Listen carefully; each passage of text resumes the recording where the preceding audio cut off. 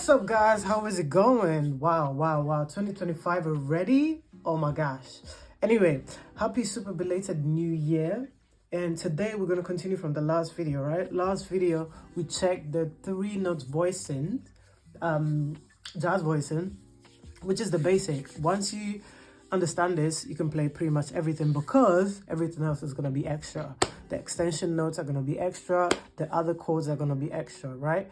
All you need as a basic, on the basic level, is your major 7th, your minor 7, and your dominant, okay? So today we're going to explore the minor 7. Again, I'm going to take for granted that you watched the previous video. 1, that you know all your major scales. 2, and you know the number system, okay? Having said that, let's explore the minor 7. Very easy. Root position note. Let's play in C as an example. Okay, you have your root on the left, and then you have your minor 3rd, okay, at the top, and your minor 7th. Okay, and we looked last time at the different types. So we have type A and type B. Your type A, counting from the left, you have your root position, and the first note up is the minor 3rd, and then the second note up is the minor 7th. And this is what it sounds. It sounds like brighter, almost like more shiny, as opposed to the type B, which you're playing the same exact thing, but the first note you're encountering after the root note is the flat 7, okay? So it's root note, flat 7, flat 3, as opposed to root note, flat 3, flat 7. You can notice the A sounds like brighter, as I said, and then the B sounds a bit like warmer, like a bit more timid.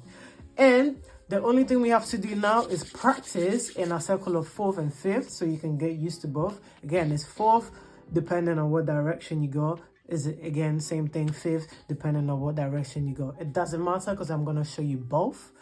I'm going to show you both A position and then B position, and then the last one is going to be a combination between A and B because, and I want to explain it to you before I do it, the last combination between A and B is super important because it's used in most, if not every, jazz piece, because it allows you to switch positions quickly and comfortably to go from a chord to another one, not only because it resolves and it has a nice resolving sound between each chord, okay, it sounds like there's a harmony, there's a connection between each chord, but also it allows you to stay in the magic range, like Jeremy Sinsky would say, because if you only play one type, you're gonna end up either too low or too high because you have only one option, only one position. But if you mix A and B, you have more options, first of all, and it's more comfortable to move on from one chord to another, bringing a nice resolving harmonic result. I would call it that way. So let's get straight into the exercise. I'm gonna play type A in circle of 4th and 5th. Then I'm gonna play type B in circle of 4th and 5th, and then the last one I'm gonna merge the two so you can physically and visually see why that's the best option. Okay, and then it'll be up to you to practice whenever you can, maybe 10 minutes a day or 15 minutes a day, and I promise you, if you're consistent, by the 5th to 6th month, you should already be so familiar with the 2 types in all keys, and it will come so naturally, okay? It will just be part of you, okay? You're gonna be playing it autopilot. And then, once you have that foundation, every jazz piece you see, it's gonna be so easy because you can identify the chords and be like, oh, that's a type A, that's a type B, that's a type A, okay? So let's go.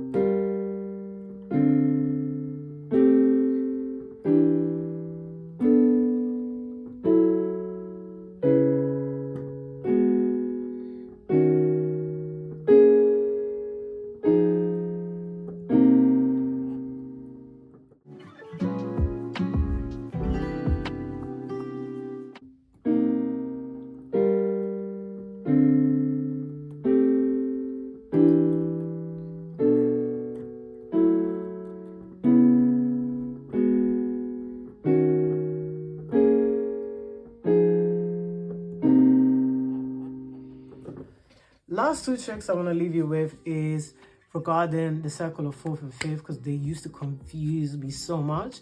But I found a trick where if I'm playing the circle of fourth, if I want to go to my right direction, I'm counting a perfect fourth up. And then if I want to go to the left, I'm counting a perfect fifth down. Okay? So for example, let's start from here. Let's start from here. So if I'm in C, if I decide I want to go to the right or upwards, then the next will be the fourth up. If I still want to go to the right or upwards, the next up will be B flat. And then the next up again will be E flat, and so on, right? However, if I want to change direction and I want to go to the left, I have to count it as a perfect fifth downwards. So let's say if I start from C, my next down is going to be a perfect fifth down, which will still land me to the F anyways. Okay, and then my next will be the B flat, which again, it will still land me on the B flat. However, the interval, okay, going downwards is a perfect fifth, not a perfect fourth. Same concept applied to the perfect fifth. We switch it around. So anytime you're going to the right now, you're playing a perfect fifth above, and then you're playing a perfect fourth below, and then you're playing the perfect fifth above, and then you're playing the perfect fourth below, and then you're going a perfect fifth above, and so on. Okay, I hope that makes sense, because if you think of it that way, it's just gonna make things easier.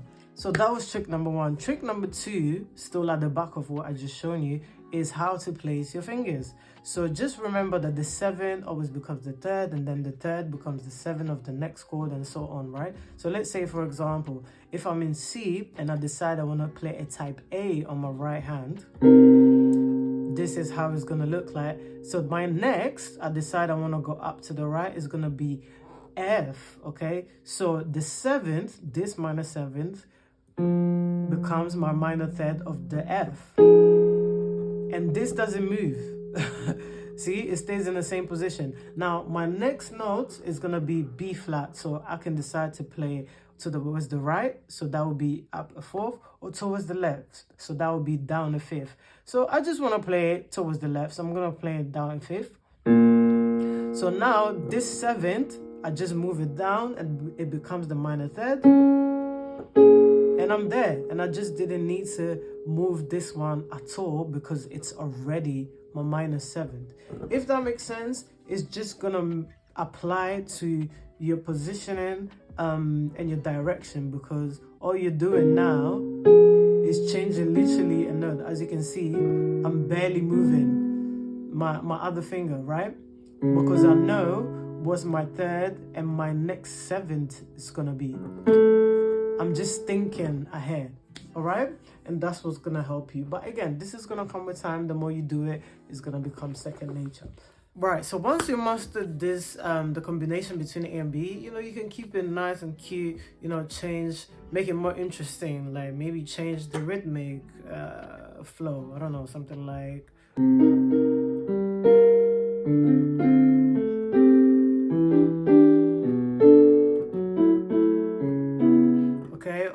maybe some grace notes, you know, maybe if we're on the type A, we can grace on the 7th, okay, to land on the 7th, then again, and then maybe on the 3rd again, and then on the 3rd again, and then the next will be E, so we can, okay, it just makes it more fun, I think. And cute and bougie. So yeah, happy practice.